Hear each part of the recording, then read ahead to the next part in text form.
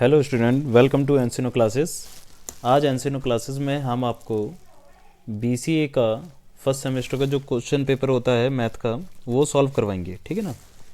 देखिए पहला क्वेश्चन क्या कह रहा है, write down all subset of ABC. ABC के आपको सबसेट बताना है। तो देखो सबसेट क्या होते हैं, बस ए सेट दे रखा है एबीसी, तो इसके सबसेट कितने बनेंगे। नंबर ऑफ सबसेट निकालने का फॉर्मूला होता है 2 की पावर एलिमेंट। एलिमेंट कितने हैं इसमें, 3, यानी कि इसमें सबसेट कितने बनेंगे, 8 बनेंगे। ठीक है। और कैसे बनेंगे, सबसे पहला हो जाएगा ए, फिर हो जाएगा बी। ठीक है, ये करली ब्रैकेट हमेशा सेट में रहता ही रहता है, मैं डायरेक्टली कर रहा हूँ। सी हो जाएगा, फिर हो जाएगा ए बी, ठीक है, फिर हो जाएगा बी सी, फिर ए बी सी, ठीक है, और फिर ए सी, और एक लास्ट सेट होता है जिसको हम कहते हैं फाई, जो कि होता है आपका सबसे हर सबसेट का जो मतलब हर सेट का जो सबसेट होता है वो फाई तो होता ही होता है ना। तो इसमें कितने एलिमेंट आ गए आपके, 3 3 6 और 2 8। ठीक है ना। तो टोटल एलिमेंट कितने आएंगे इसमें, 8। ठीक है। Without expanding prove that this is equal to 0। ठीक है। तो करना क्या होता है, इसमें प्रॉपर्टी लगेगी। प्रॉपर्टी क्या है, देखो 3 5 7 है, तो ये देखो जो C3 है आपका, ये कहीं ना कहीं मल्टीपल है 3 5 7 का, है ना। क्या लिख सकते हैं इसे, 3 5 7, इसे तो एज इट इज़, इसे 1 2 4 एज इट इज़। इस 6 को लिख सकते हैं 3 इंटू 2, 10 को लिख सकते हैं 5 इंटू 2, और इसको लिख सकते हैं 7 इंटू 2। तो इसमें से 2 कॉमन आ जाएगा, तो ये हो जाएगा 3 5 7 1 2 4 और 3 5 7। अब जब भी क्या होता है कि अब देखो इसमें C1 और C3 क्या है, इक्वल आ गई। तो जब भी आइडेंटिकल रो या कॉलम आ जाते हैं तो उसका डिटरमिनेंट क्या हो जाता है, 0 आ जाता है। तो सिंपल बात है कि इस क्वेश्चन का आंसर क्या हो गया, 0। और ये हमने डिटरमिनेंट सॉल्व किए बिना कर दिया। ठीक है ना। क्वेश्चन नंबर सी कह रहा है, लेट आर इक्वल टू 2 3 4 और B equal to 3 6 8 sorry, find R where R is a relation x divide Y from set A to B. कि इसमें कार्टेशियन जो प्रोडक्ट हैं वो क्या क्या हो सकते हैं। देखो x और y की फॉर्म में ये क्वेश्चन होता है हमारा, जब भी हम कोऑर्डिनेट लिखते हैं x और y के फॉर्म में लिखते हैं, तो x वो रखना है जो कि y को क्या कर सके, डिवाइड कर सके। अगर आप 2 रखते हो तो b में देखोगे y की वैल्यू को, b में क्या रख सकते हो, 6 और 8। ठीक है, x की वैल्यू 2 होगी तो y की वैल्यू क्या हो सकती है, 6 हो सकती है या 8 हो सकती है। ठीक है ना। अब इसमें से अगर x की वैल्यू 3 होगी तो y की वैल्यू कितनी हो सकती है, 6 हो सकती है, और 3 भी हो सकती है क्योंकि 3 भी 3 को डिवाइड करेगा। अगर यहाँ पर x की वैल्यू 4 होगी तो y की वैल्यू कितनी हो सकती है, 8। ठीक है। तो ये आपके क्या बन जाएंगे, रिलेशन बन जाएंगे, कार्टेशियन प्रोडक्ट भी कहते हैं इनको। ठीक है ना। सिंपल सा क्वेश्चन था। क्वेश्चन कह रहा है इवेल्युएट करना है limit x tend to 2 x square minus 4 x minus 2। बहुत ही सिंपल सा क्वेश्चन है ये। हम यहाँ पर लिमिट डायरेक्टली पुट नहीं कर सकते क्योंकि अगर 2 पुट करोगे तो ये नॉट डिफाइन आ जाएगा, तो इस नॉट डिफाइन को नहीं आना चाहिए। तो इसके लिए हमें इसे सॉल्व करना पड़ेगा। एक्स स्क्वायर माइनस 2 का स्क्वायर लिख सकते हैं इसे, और ये x माइनस 2 तो है ही, इसे लिख देंगे x प्लस 2, यानी कि a square minus B square का फॉर्मूला लग रहा है अपॉन में x माइनस 2, इसे ये कैंसिल हो गया। अब इसमें लिमिट पुट कर सकते हैं, तो 2 प्लस 2, x की जगह 2 पुट कर दिया हमने, तो आंसर आ गया आपका 4। सिंपल, यानी कि लिमिट को तब तक पुट नहीं करना होता जब तक वो नॉट डिफाइन आ रहा होता है ना। क्वेश्चन नंबर ई कह रहा है find d y upon d x, derivate find करना है where y equal to x square plus x plus 1 upon में रूट एक्स। सिंपल सा क्वेश्चन है। अब देखिए इसमें रूट एक्स का जो डेरिवेट होता है वो याद रखो आप, क्या होता है, रूट एक्स का डेरिवेट होता है 1 अपॉन 2 रूट एक्स। ठीक है, इस चीज़ को याद रखो। अब इसका जो डेरिवेट होगा d y upon d x वो होगा u अपॉन वी की फॉर्म में। तो u अपॉन वी का फॉर्मूला होता है u का derivate v minus u v derivate upon में v का square. D y upon d x equal to u का डेरिवेट यानी कि एक्स स्क्वायर प्लस 1 का डेरिवेट, और v को एज इट इज़ यानी कि रूट एक्स को as it is minus u को एज इट इज़ और रूट एक्स का डेरिवेट, और अपॉन में रूट एक्स का स्क्वायर। तो ये हो जाएगा एक्स स्क्वायर का डेरिवेट, इसका करेंगे तो डेरिवेट 2x प्लस 1 और root x as it is minus इसको एज इट इज़ और रूट एक्स का 1 अपॉन 2 रूट एक्स अपॉन में x, रूट एक्स का स्क्वायर हो जाएगा x। सिंपल। अब इसका एलसीएम लेंगे तो ये क्या होगा, 2√x जो है इसके साथ मल्टीप्लाई हो जाएगा, तो ये हो जाएगा 2x और 2x plus 1 minus x square plus x और प्लस का 1। जब हमने इसका एलसीएम लिया होगा तो 2√x इसके साथ आ जाएगा, तो ये हो जाएगा 2 और x की पावर 1 है यहाँ पर और यहाँ पर 1/2, तो 1 और 1/2 प्लस हो जाएगा, तो ये हो जाएगा 3/2। ठीक है, अब इसमें क्या है कि बस मल्टीप्लाई कर सकते हैं। अब इसको मल्टीप्लाई करेंगे तो ये हो जाएगा 4x² प्लस का 2x माइनस का एक्स स्क्वायर प्लस माइनस का x माइनस का 1 अपॉन में 2x की पावर 3/2। 4x² में से माइनस x² हुआ तो ये हो जाएगा 3x² और 2x माइनस का x प्लस का x और माइनस का 1 अपॉन में 2x की पावर 3/2 और ये हो गया आपका आंसर। सिंपल सा क्वेश्चन है। ठीक है, देखते हैं अगला क्वेश्चन, क्वेश्चन नंबर F। इसमें भी डेरिवेट करना है, dy/dx निकालना है, जिसमें y = sin² x³ है। देखिए सिंपल सा क्वेश्चन है ये भी, x³। इसमें differentiate with respect to x ऐसे आप लिख लेना पहले ही। ठीक है ना भाई, इसके नंबर कटते हैं और इसके नंबर मिलते भी हैं, तो इसका डेरिवेट हो जाएगा dy/dx। इसका डेरिवेट करेंगे तो ये हो जाएगा 2 sin x³। सबसे पहले पावर का होता है, सबसे पहले पावर का, ठीक है, फिर बेस का। अब बेस क्या है इसमें, साइन, तो साइन x का क्या हो जाएगा, cos x। थीटा तो x³ ही है तो x³ रहेगा साथ में, ठीक है ना। और फिर होता है थीटा का, यानी कि एंगल का। इस प्रोसेस को याद रखें, पहले पावर का होता है, फिर बेस का होता है, फिर एंगल का होता है। x की पावर क्यूब का करेंगे इसमें तो ये हो जाएगा 3x², तो ये हो जाएगा आपका आंसर। ठीक, क्वेश्चन नंबर जी।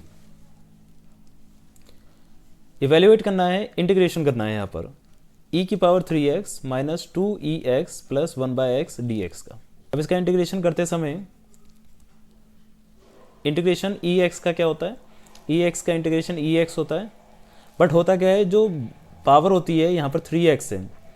अब जो पावर होती है उसका दोबारा से डेरिवेट होता है बट डिवाइड में होता है, तो 3x का डेरिवेट क्या हो जाएगा, 3 हो जाएगा बट डिवाइड में। ठीक है, 2 एज इट इज रहेगा, ex का इंटीग्रेशन ex रहेगा। अब x का दोबारा से करोगे तो 1 हो जाएगा, इसलिए करने की कोई ज़रूरत नहीं है। 1/x का क्या होता है, log x, और एक प्लस का c, ये हो गया आपका आंसर। Question number H।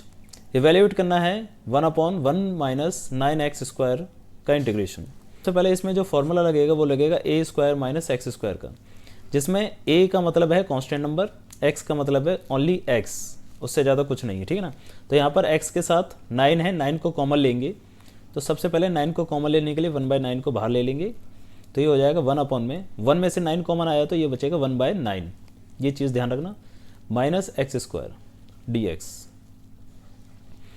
अब यहाँ पर क्या है, यहाँ पर a क्या हो गया आपके लिए, a हो जाएगा। अब इसे थोड़ा सा सॉल्व कर लेते हैं अकॉर्डिंग टू क्वेश्चन। a² चाहिए हमें, तो इसे लिख सकते हैं 1/3 का स्क्वायर माइनस x का स्क्वायर, तो a हो गया आपके पास यहाँ पर 1/3 और x तो x है ही। ठीक है ना, अब इसमें फॉर्मूला जो लगता है वो लगता है 1/a² माइनस x² का, जो कि होता है 1/2a log x plus a upon में x minus a plus c। ये तो लगता ही लगता है, जब तक इंटीग्रेशन करते समय जो लिमिट है ना हो तो c की वैल्यू को रखा जाता है। ठीक है ना, अभी क्वेश्चन फॉर्मूले के अकॉर्डिंग चेंज हो जाएगा। 1/2a 1/2 और a क्या है हमारे पास 1/3 log है और a है हमारे पास 1/3 x माइनस 1/3 प्लस c। अब इसको थोड़ा सा सॉल्व कर लेते हैं।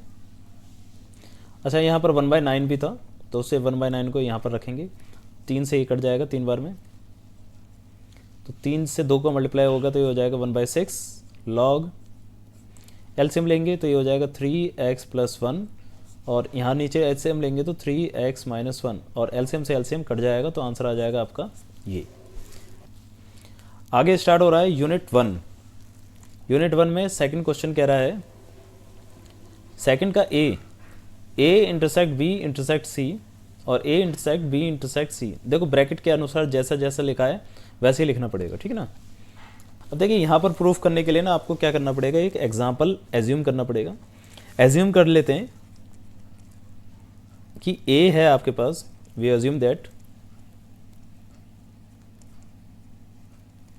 ए की वैल्यू कुछ भी एज्यूम कर लो आप अपने अनुसार कुछ भी रख सकते हो। हमने रख दिया है 3 4 5 6 7। बी को भी हमने ऐसे ही रख दिया, आप भी अपने अनुसार कुछ भी रख सकते हो, 1 2 3 4 5 कुछ भी रख सकते हैं। देखिए हमें तो बस सॉल्व करना है, सॉल्व करने के बाद LHS और RHS बराबर आ जाते हैं तो हम कह देंगे कि हाँ भाई ये इक्वेशन सही है, अदरवाइज़ ये गलत है, ठीक है ना। आप कुछ भी एज्यूम कर सकते हो, ऐसी कोई प्रॉब्लम नहीं है कि आप इन्हीं सेट्स को एज्यूम करें जो मैं लिख रहा हूँ, और चाहो तो आप इन्हीं सेट्स को एज्यूम कर सकते हैं, याद कर सकते हैं, पेपर में ऐसे क्वेश्चन जरूर आते हैं, ठीक है ना। अब देखिए पहला कंसेप्ट क्या है, आप LHS को लेंगे लेफ्ट हैंड साइड को, ये वाला, इसमें सबसे पहले A इंटरसेक्ट B निकालोगे। इंटरसेक्ट का मतलब होता है कॉमन। A और B में कॉमन क्या दिख रहा है आपको, देखो A और B में कॉमन दिख रहा है 3 4 5, 3 4 5 इसमें भी है, तो हम कह देंगे 3 4 5 इसमें क्या है, इंटरसेक्ट है। अब दूसरा कह रहा है कि A इंटरसेक्ट B निकल गया, फिर उसका C के साथ इंटरसेक्ट निकालो। इंटरसेक्ट B जो निकला है उसका इंटरसेक्ट निकालो C के साथ, यानी कि इस वाले को C के साथ देखना है आपको। इन दोनों में कॉमन क्या दिख रहा है आपको, इन दोनों में कॉमन दिख रहा है सिर्फ 5, ठीक है, तो इसका जो इंटरसेक्ट आ गया वो आ गया आपका 5। ऐसे ही अब RHS को ले लो। RHS कह रहा है पहले B इंटरसेक्ट C निकाल दो भाई, तो B इंटरसेक्ट C निकालो आप।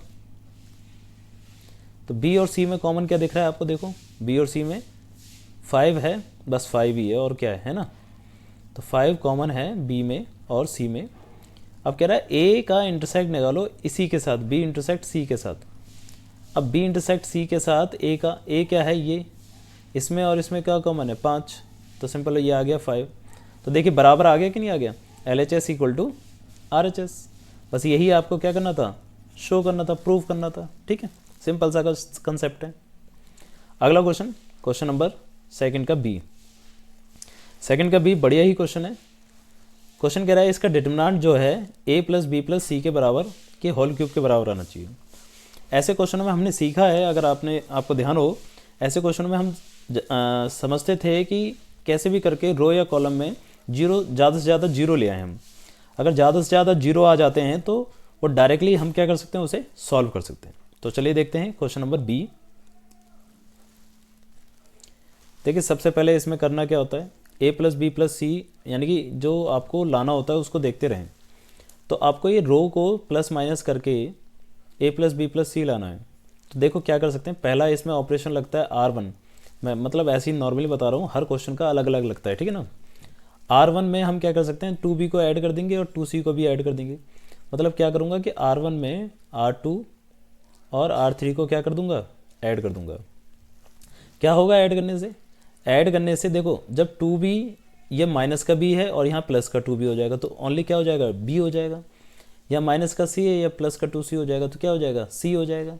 तो ऐसे ही अगर इन दोनों को जोड़ेंगे तो ये हो जाएगा A + B + C। देखो R1 टेंस टू का मतलब है R1 में चेंज होगा, क्या चेंज होगा, R1 + R2 + R3 का चेंज होगा, ठीक है।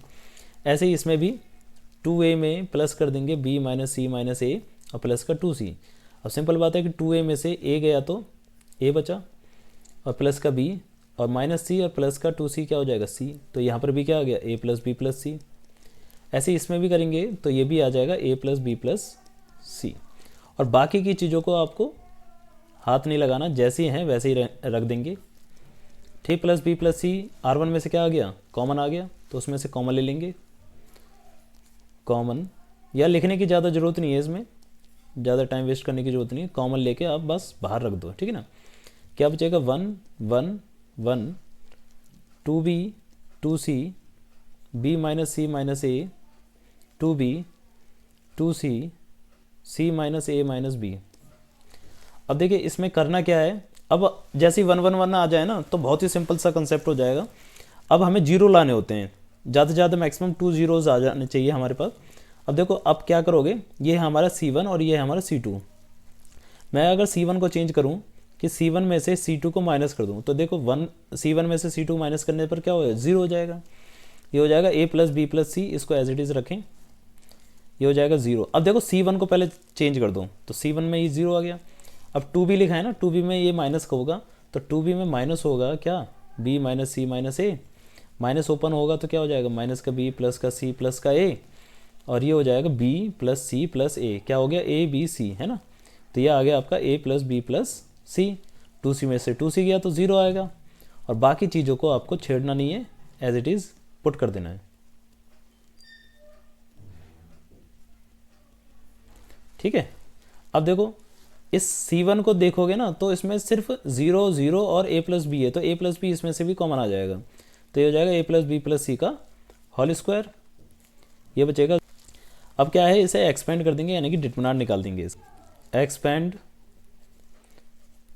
अलोंग टू R2, देखो सॉरी R2 नहीं C1, जिसमें 0 ज़्यादा होते हैं उसके अलोंग क्या कर देते हैं, इसको एक्सपेंड कर देते हैं। ठीक है, तो a प्लस बी प्लस सी का होल स्क्वायर तो एज इट इज़ रहेगा, और इसको जब एक्सपेंड करेंगे तो ये जो टर्म होती है ये नेगेटिव हो जाती है, तो -1 ले दिया जाता है, इससे रिलेटेड रो और कॉलम माइनस कर दिए जाते हैं, तो बचेंगे क्या आपके पास, ये 1 बचेगा और ये बचेगा, तो इसको इससे मल्टीप्लाई करेंगे तो c माइनस ए माइनस बी, फिर बीच में आता है माइनस। ठीक है, 2c को जब 1 से मल्टीप्लाई करेंगे तो ये हो जाएगा 2c, ये हो जाएगा a प्लस बी प्लस सी का होल स्क्वायर, माइनस है, अब 2c माइनस का है और c प्लस का है, तो ये माइनस होगा तो c माइनस का c आ जाएगा, माइनस से मल्टीप्लाई हो जाएगा a प्लस बी प्लस सी का होल स्क्वायर, और ये हो जाएगा a प्लस बी प्लस सी, सारे प्लस के हो जाएंगे, तो ये आ गया आपका a प्लस बी प्लस सी का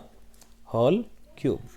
ठीक है, बहुत ही सिंपल सा क्वेश्चन था, ज़्यादा कुछ इसमें था नहीं, बस इतना ध्यान रखना था आपको कि कैसे भी करके आपको 2 जीरोज़ लाने हैं, और 2 जीरोज़ से पहले आपको 1 1 1 लाना होता है। ठीक है ना। क्वेश्चन नंबर थर्ड ये कह रहा है कि 3 इक्वेशन दे रखी हैं आपको और इसको सॉल्व करना है। सॉल्व करने का मतलब होता है एक्स वाई जेड की वैल्यू को फाइंड करना होता है। इसको हम करेंगे क्रैमर रूल से, जो कि आपने सीखा जरूर होगा। ठीक है ना, तो देखते हैं क्रैमर रूल। तो देखिए इसे स्टार्ट करेंगे हम क्रैमर रूल से।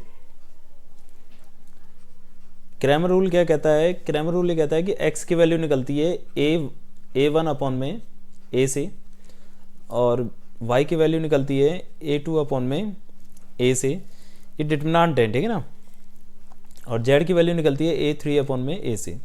अब a क्या है हमारे पास, a का मतलब होता है इसके जो कोफिशिएंट हैं उन सबको ले लिया जाता है, जैसे कि पहले वाली लाइन का क्या है कोफिशिएंट 1 4 और -2, फिर है 3 1 और 5, फिर है आपके पास 2 3 और 1, वाला होता है 3 7 और 5।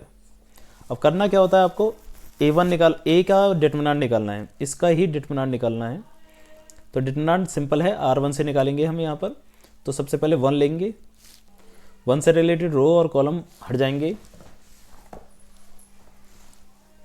तो ये बचेगा आपके पास 1 से रिलेटेड रो और कॉलम हट गए, तो 1 को 1 से मल्टीप्लाई करेंगे 1, -3 को 5 से करेंगे तो 15, और मिडल वाला टर्म जो होता है वो माइनस का हो जाता है, साइन चेंज हो जाता है। इससे रिलेटेड रो और कॉलम हटा देंगे तो ये बचेगा 3 और 1 3, माइनस का 2 से 5 को करा तो 10, फिर माइनस का 2, और ये रिलेटेड रो और कॉलम माइनस हो जाएंगे। 3 को 3 से मल्टीप्लाई करेंगे तो 9, माइनस 2 को 1 से करेंगे तो 2, तो ये हो जाएगा। तो ये हो गया आपका माइनस का 14, और ये हो गया माइनस का 7 और 4 28, प्लस का हो जाएगा ये, और ये 9 में से 2 गए 7, और 7 को 2 से मल्टीप्लाई करा तो ये हो जाएगा 14। तो ये पूरा आंसर आ गया आपका 0। तो देखिए अगर किसी भी क्वेश्चन के अंदर उसका डिटरमिनेंट a का ही डिटरमिनेंट 0 आ जाता है, तो इसका मतलब क्या है, वो इनकंसिस्टेंट लाइन है ना, वो आपस में एक दूसरे को कहीं पर भी टच नहीं कर रही। तो इसका मतलब जब टच ही नहीं कर रही तो उसका कोई इंटरसेक्टिंग पॉइंट होगा ही नहीं। तो सिंपल बात है, तो आपको सीधा सीधा लिख देना है, हैंस दीज आर इनकंसिस्टेंट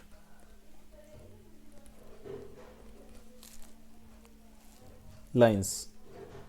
ठीक है, तो इनकंसिस्टेंट लाइन होने के कारण इसका आंसर आपका नहीं आएगा। ठीक है, बहुत ही सिंपल सा क्वेश्चन हो गया ये। तो अगर ये 5 नंबर में आ रहा है तो आपको बस इतना ध्यान रखना है कि a की वैल्यू 0 आने पर, यानी कि डिटरमिनेंट की वैल्यू 0 आने पर इसका कोई आंसर सॉल्व नहीं होगा। ठीक है ना, तो देखते हैं क्वेश्चन नंबर बी कह रहा है कि a दे रखा है आपको एक मैट्रिक्स, b दे रखा है एक मैट्रिक्स, तो ab का dash equal to b dash a dash proof करना है। जबकि ये फॉर्मूला होता है हमारा कि ए बी का जो डैश होता है वो बी डैश ए डैश के बराबर होता है। आपको ध्यान रखना है ये फॉर्मूला भी। और अब इसको आपको प्रूफ करना है, तो प्रूफ करने के लिए आप LHS को सॉल्व करोगे, RHS को सॉल्व करोगे, दोनों बराबर आ गए तो वो प्रूफ हो गया। डैश का मतलब होता है ट्रांसपोज, ठीक है ना। तो चलिए करते हैं। तो ए और बी दे रखे थे। अब क्वेश्चन कह रहा था कि ए बी का डैश इक्वल प्रूफ करना है आपको बी डैश ए डैश की, ठीक है ना। तो LHS को लेते हैं हम पहले, ए बी का डैश करना है। तो ए बी, देखिए ए बी को मल्टीप्लाई करना है। मल्टीप्लाई करते समय रो को कॉलम से मल्टीप्लाई किया जाता है। तो 1 को 2 से करेंगे तो 2, प्लस 3 को 0 से करेंगे तो 0, और 5 को -6 से करेंगे तो -30, ठीक है। फर्स्ट को फिर फर्स्ट कॉलम को, फर्स्ट रो को सेकंड कॉलम से करेंगे तो 1 को 4 से करेंगे तो 4, 3 को -2 से करेंगे तो -6, और 5 को 8 से करेंगे तो 40। ऐसे ही आपको सारे ये मल्टीप्लाई करने हैं, ठीक है ना। ऐड करेंगे और माइनस करेंगे, ऐड और माइनस करेंगे तो ये आप 36, ठीक है।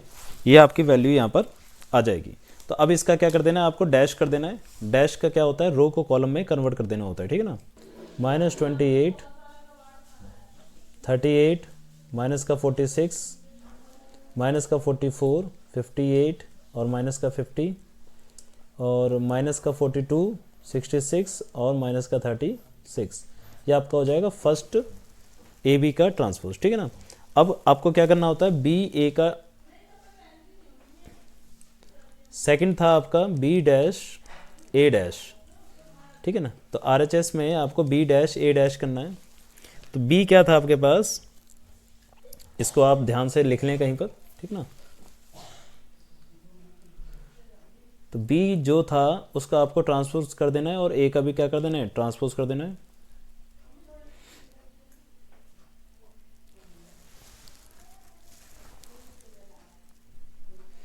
तो बी का ट्रांसपोज हो जाएगा आपके पास 2, 4, 6, 0, -2, -4, 6, माइनस का 6, 8, और -8। और ए का ट्रांसपोज हो जाएगा आपके पास 1, 3, 5, -1, -3, 7, 0, -5, 7। तो ये हो गया आपका बी डैश ए डैश का ट्रांसपोज। अब इसको क्या करना है, इन दोनों को मल्टीप्लाई करना है। बी डैश ए डैश का मल्टीप्लाई करेंगे, जैसे बताया था रो को कॉलम से, तो ये आपका आएगा 0।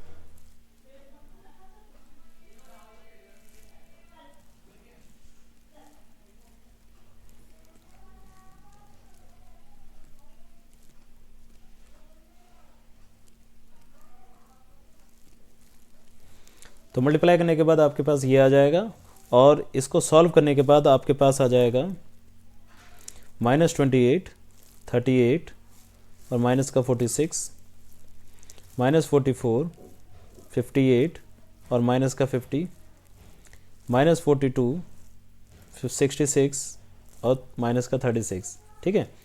अब देखिए अगर आप कंपेयर करेंगे जो आपके पास क्वेश्चन था, मैं दिखा देता हूँ आपको।